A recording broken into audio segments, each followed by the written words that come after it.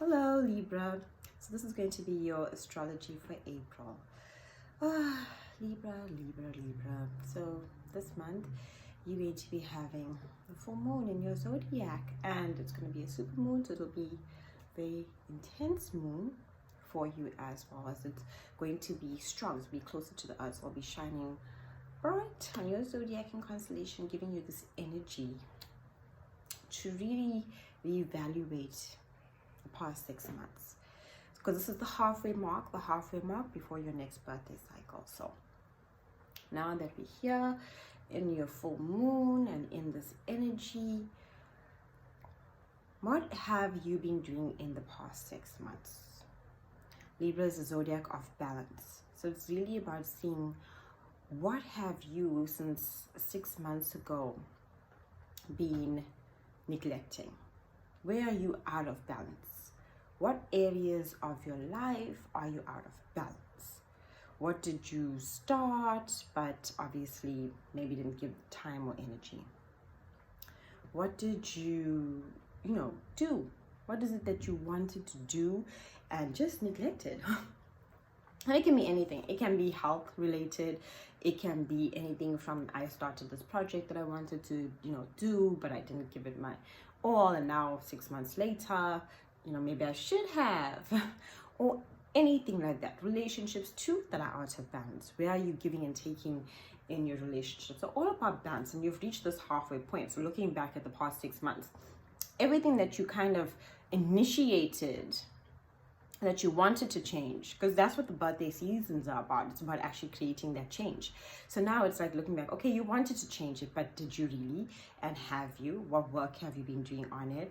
How have you improved, basically? So you're going to be doing that in the month of April. So then on the 4th of April, we have Venus coming into your 9th house. And the 9th house is basically about expansion, learning, knowledge. It's also about connecting to people as well. So, given that we all kind of on a lockdown mode, via the internet, are we connecting to people further away? Because that 9th house energy is also about travel. But now if we can't really be moving around, it'll be more about wanting to actually connect to people further away from us. It'll also give you this energy also of, where you probably even think of ideas to travel or wanting to set up those kinds of arrangements for yourself. All of those things linked to that 9th house energy, because it's a very freeing energy, but it's also an energy of learning, expansion, growth, new experiences, new things that you'd have to try during that time. So from the 4th of April, that will be coming into your energy of learning, expansion, and also looking back, because now you're going to be looking back at the past 6 months and looking, what have you learned?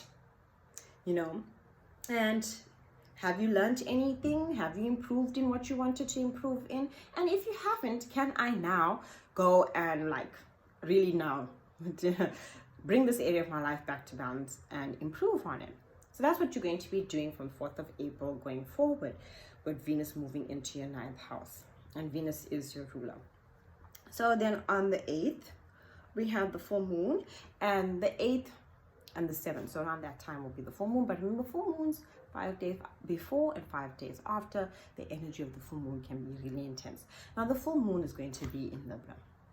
So given that the full moon is in your zodiac, this really puts a big energy of release on all aspects of all that you are. So whenever we have the full moon like that in our zodiac specifically, it's that energy of release on all that you are.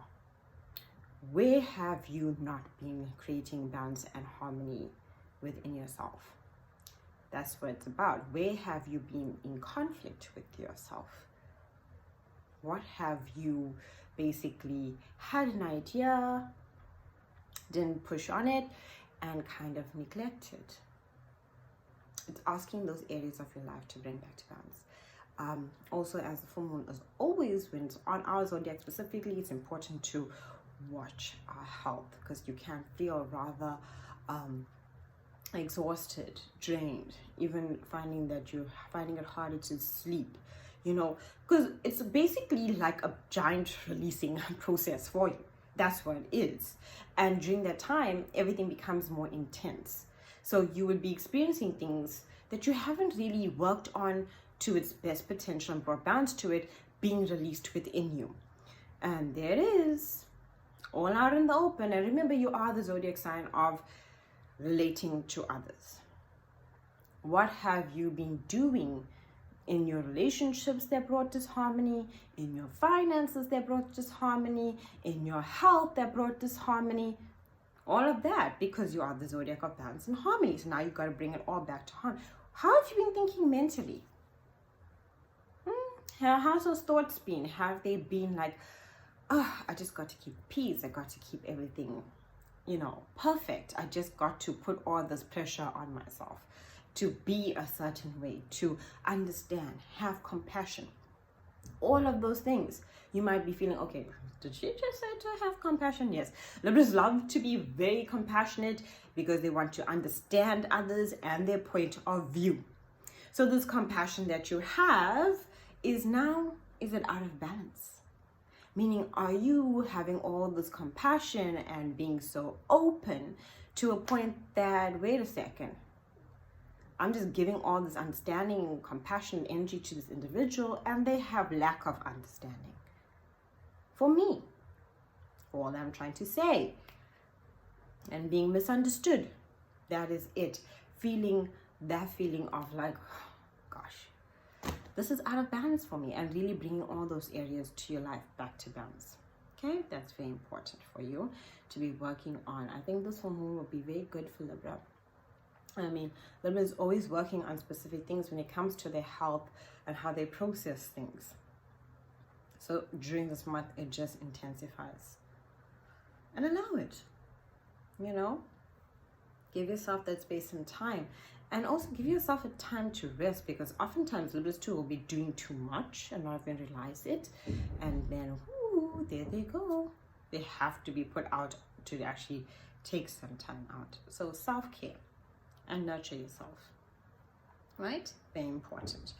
Then we're going to have on the 20th, South Pole into Taurus, and then we're on the 23rd, 24th, right? We're going to be having the new moon in Taurus, and that's going to be in your 8th house. So the 8th house energy is basically, if you've been trying to apply for anything, it's like other people's finances. So if you've been trying to apply for any assisted help, all of those things coming to fruition, or having the ideas to do so, that's that new moon energy of where you're trying to find what other sources of income that you can use and basically acquire to assist yourself during this time, right? And also partnering up with others, like have partnerships. Also that for like ideas and business, all of that as well. It's also a time where you can develop more intimacy, right? So having intimate moments with others, like a deep level of intimacy. So it's not just your intimacy in a sense of like, just like, let's get physical. It's intimate where we can also just be our souls. And that's kind of the thing that Libras don't do too often. I mean, Libras are always trying to make sure everybody else is happy, everybody is well put together. That's why lots of people say that a Libra can be fake. It's not that they're fake. It's just that they have this way of how things should be, and almost trying to make people feel at peace and happy within themselves. And then oftentimes when people find out, oh my God, she was really going through that, and they were like, I didn't even know,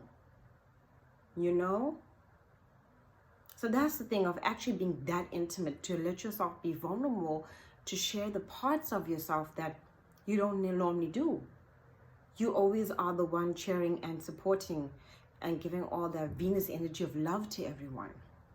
So now is the time for you to be a bit more vulnerable and be more intimate with how you're feeling, how you're doing, what's really going on with you. You're taking it deep. Remember, the 8th house energy is also about all things hidden, even hidden from yourself, in the sense that that's another thing that they can do, is hide things from themselves. They can be, very like, in a sense of, when I mean hide things from themselves, it's not that they lie to themselves. They just kind of like, I'll deal with that later, it's not that important. They're very quick to move to their logical mind. Even the most painful of situations, a Libra can really go to their mind about it, in a sense that they can actually rationalize it, try and see the duality, the logic. Why did that person do what they did? Understanding deeper. What was the cause? What were they going through? You see how they are rationalizing it? So that's the hidden part of it, where you don't feel what you're feeling. So they didn't even process the feeling. Let's just take betrayal, right? Let's just throw something out there like betrayal. So they were betrayed, right? And they were hurt. They don't go to that feeling immediately. They start rationalizing it. Oh, okay, I was hurt because this person was insecure, and that's why they did what they did.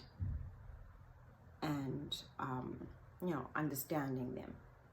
They may not, always then conversate with you or speak to you, but they're understanding you.